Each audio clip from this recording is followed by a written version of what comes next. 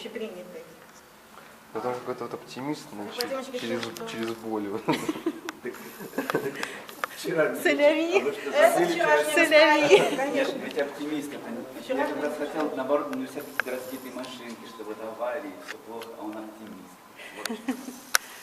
А Дмитрий Вячеславович у нас не успевает, а Дмитрий Вячеславович у нас не успевает. Он подробный. Погоня.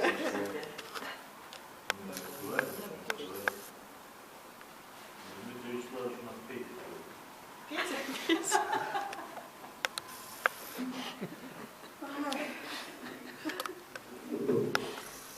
Давайте я скажу какой-то комментарий. Обязательно. Все-таки надо как-то оправдать всякие отсутствия. Погоня шикарная. Я попрошу слово лето и разделить на две части. Лето и Рим.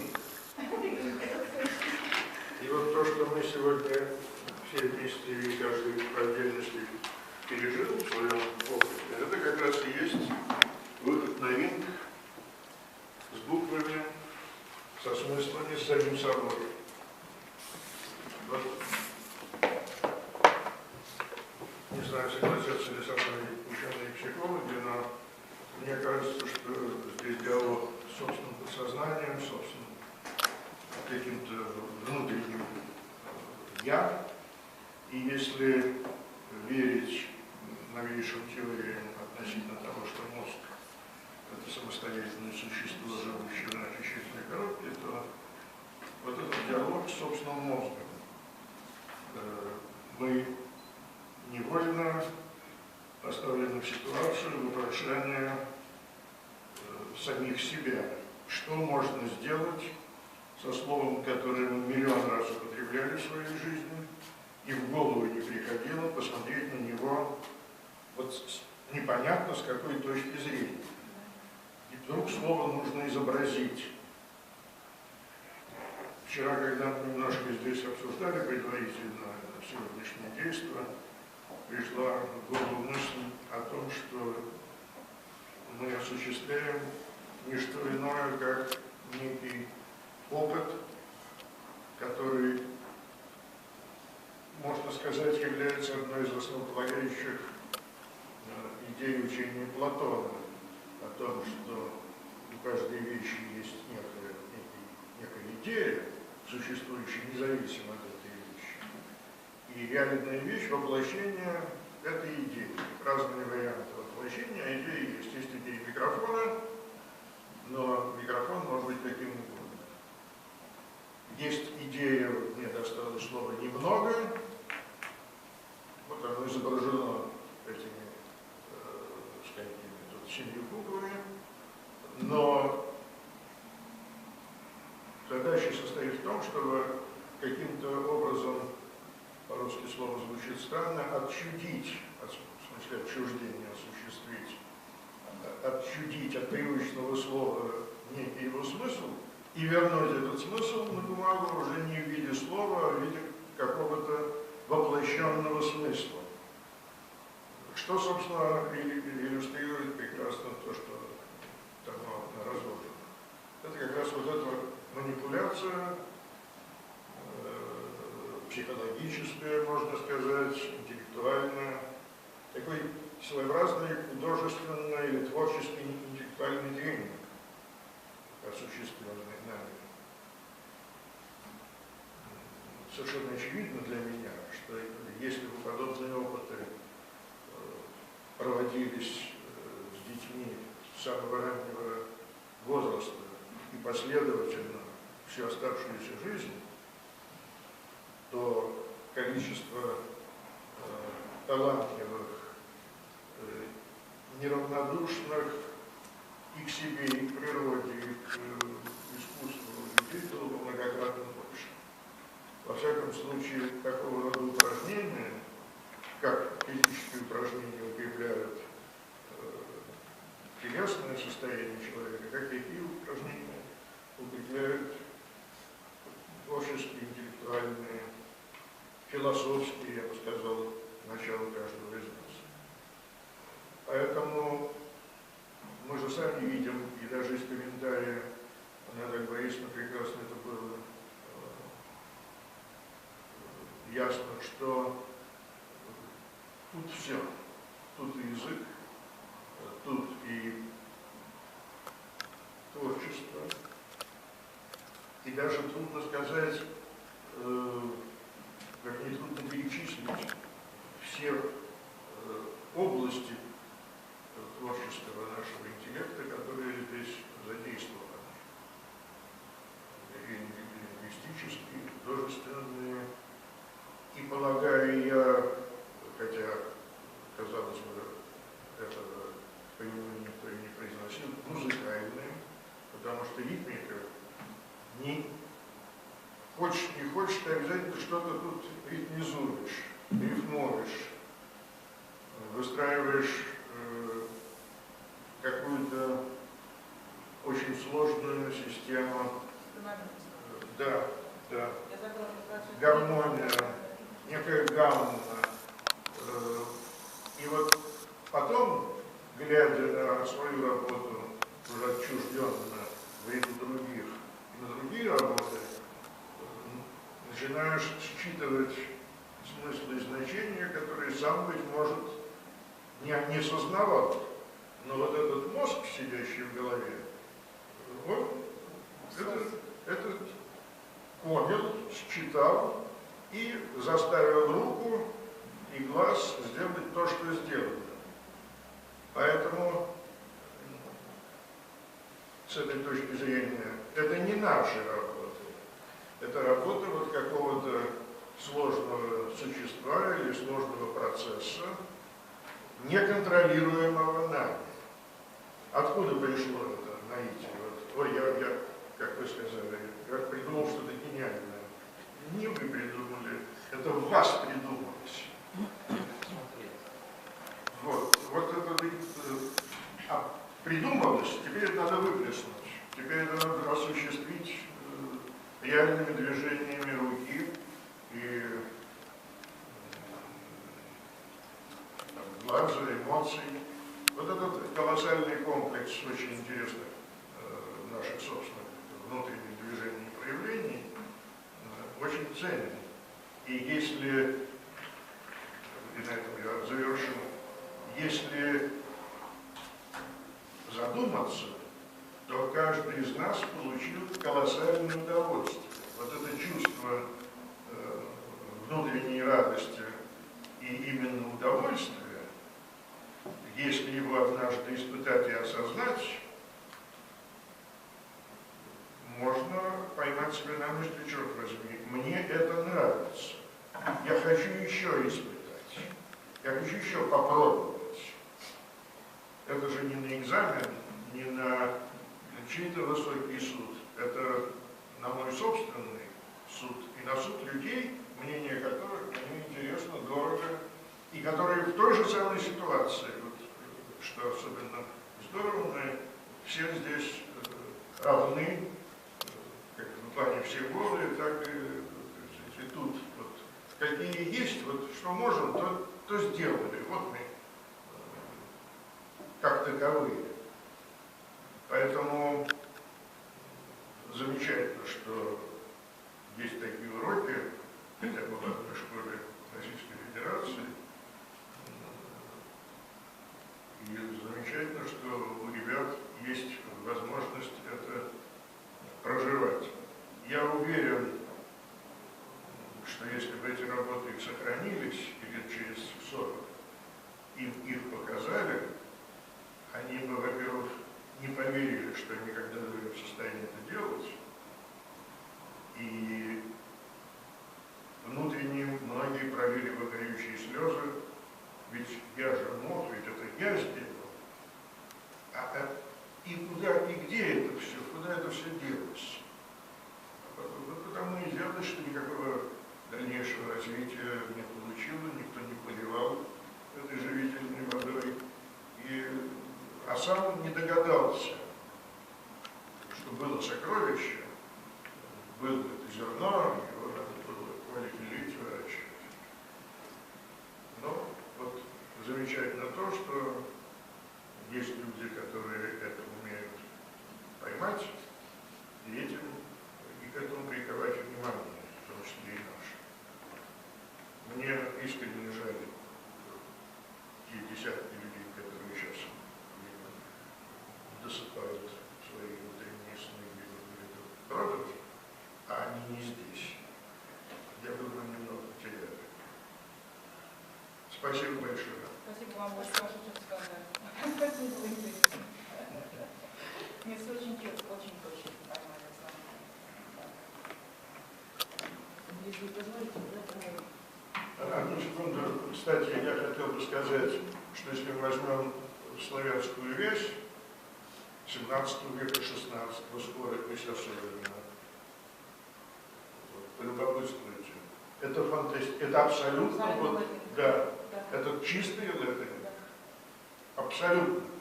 Я не говорю уж про арабскую вещь. Там всем понятно.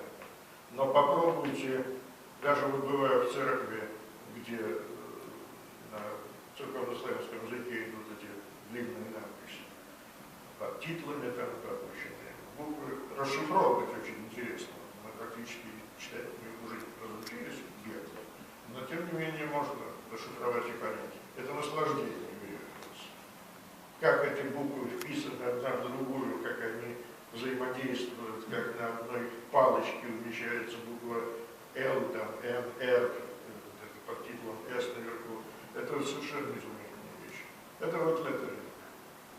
Я не откажу себе в удовольствии, сейчас изображу, это независимо от вас, естественно. Я сам себе придумал мою собственную анаграмму.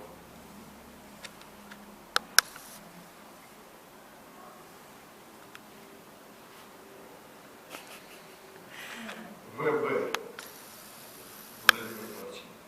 Вот я долго думал, как соединить две буквы.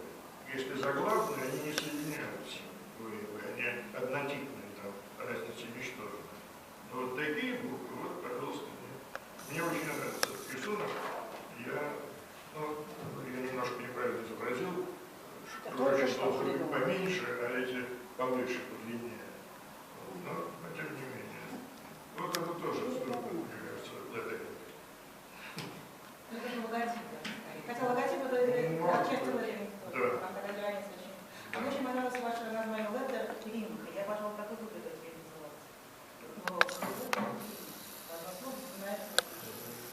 Можно через дефис? Пожалуйста. Спасибо. С вашего разрешения, Владимир Константинович, в чем ценность вот таких заданий и вообще встречи Натальи Борисовны с нашими детьми? Прежде чем дать карандаш, кисть, краски, Наталья Борисовна здесь вот есть потенциал ребенка, эмоциональный, интеллектуальный. И она создает очень хорошую основу для дальнейшего получения продукта от ребенка. Продукт я не люблю, это слово, но сейчас пока не подобрать. И вот это вот возбуждение ребенка прекрасным словом, изысканной речью, оно позволяет получить от детей потрясающие результаты. И это не идет как процесс натаскивания, вот сделай так, и страшнее всего, когда дают ребенку раскраски, ограничивая его пространство фантазии и свободы, а именно сон творчества, в большом смысле этого слова. И, конечно, я получаю огромное наслаждение, когда волей-неволей я попадаю на занятия Натальи Борисовны. Это дорого стоит, потому что не безучастны все участники этого процесса в этот момент, когда происходит встреча ребенка и взрослого, наполненного взрослого. Я думаю, что вот эта вот уникальность человека, она очень ценна и важна для развития нашей программы школы. Потому что мы все испытываем чувство радости, восторга. И вы сейчас очень хорошие слова сказали, что вы испытывали сами радость, катарсис, я не знаю, восхищение самим собой. А нам, для ребенка, очень важно вот увидеть в нем потрясающие возможности и раскрыть для ребенка эти возможности. Показательно, что он творец, что он потрясающий художник. Не умалять его достоинство, вот у тебя не получилось здесь чертать. Это полет. И мы не прерываем этот полет. И спасибо за непрерывный полет для своих библиотекарей.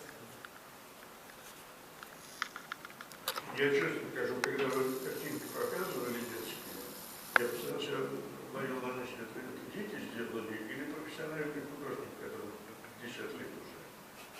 Вот это ведь детские работы были. Внизу, в самом конце, когда будет написано. А в первом начале вот эти работы были, как пример, что это пример. Это я понимаю, а вот там пошли, были... Диагональ и так далее, да, вот это сейчас. Как это сделано? Сейчас начнем здесь. Вот, потянулся.